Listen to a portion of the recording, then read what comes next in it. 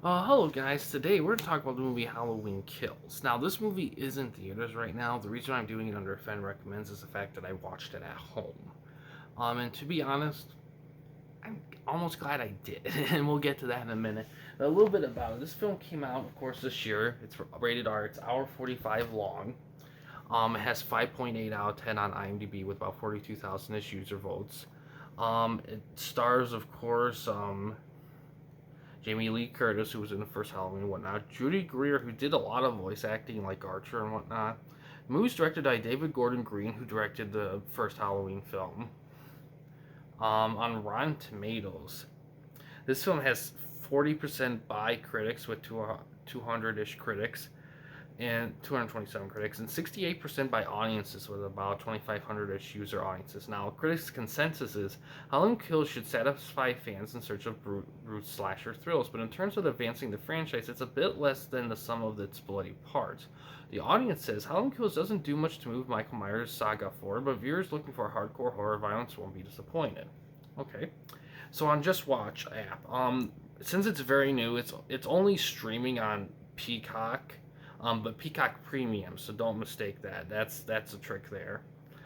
So it's only there right now. I'm sure it'll be on other things at some point, but because it's still in theaters, it's kind of the trick there. And it's going to be available on DVD January of 2022. So keep an eye out for that.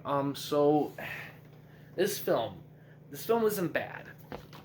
I'm just gonna say this: it's not as good as the first one, and the big reason it isn't because they made it no secret that they're doing a third one. They're making this kind of a trilogy. This film feels like a middle movie. It really does. That's kind of the one thing that really holds it back. Now,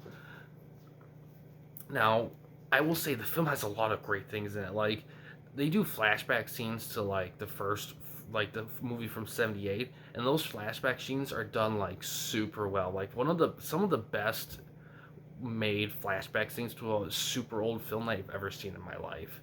I mean, they've done them super well. Like I thought it was a big budget movie, not Blumhouse.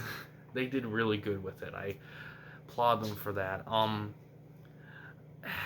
It's obvious this film was supposed. Yeah, this film was supposed to come out in 2019, but was delayed till 2020, but was delayed till this year. To be honest, I kind of wish it came out in 2020 if it wasn't for the pandemic. And the biggest reason why is I think the impact of everything would have been a little bit better. I think having the extra year kind of softened things a little bit. I think it made people a little less positively reciprocate the film. The biggest problem with the film itself is that it starts off strong, but the dialogue with the characters, it doesn't feel as focused as the first one. The first film had a really good pace to it.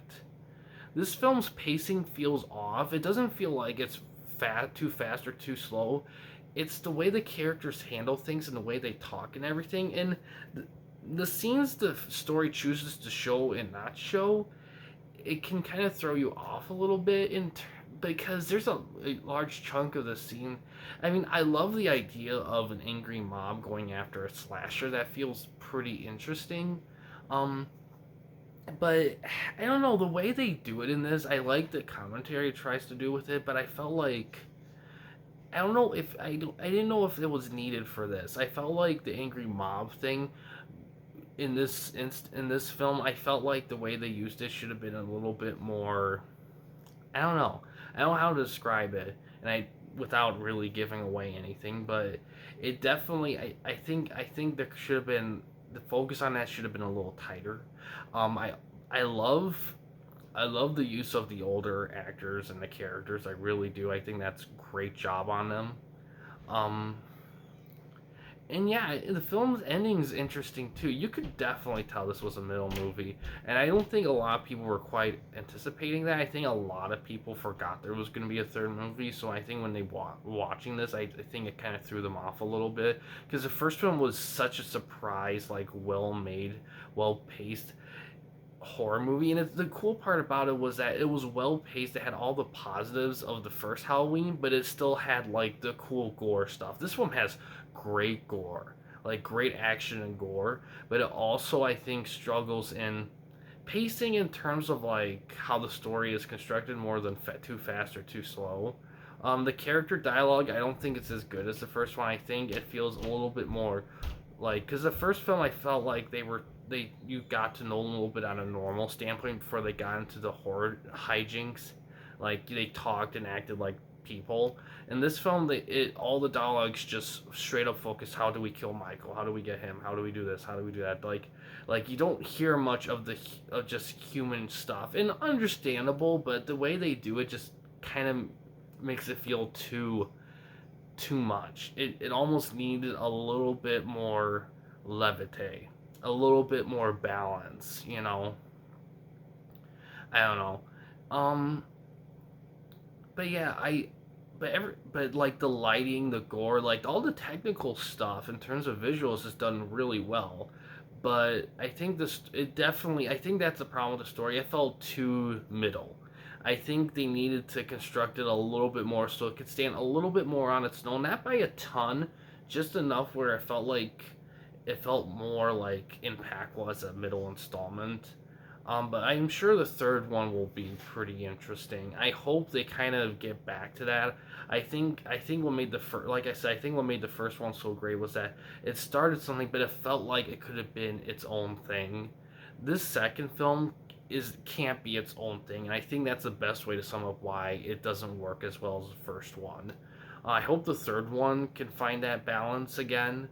Um, it's weird because here's the thing. I think when a slasher film is done right, I think it could be one of the more cooler things to see, especially when it's done with someone as iconic as Michael Myers. It's just so cool to see because oh man, it was a long time since we saw a good slasher movie, like a good slasher franchise.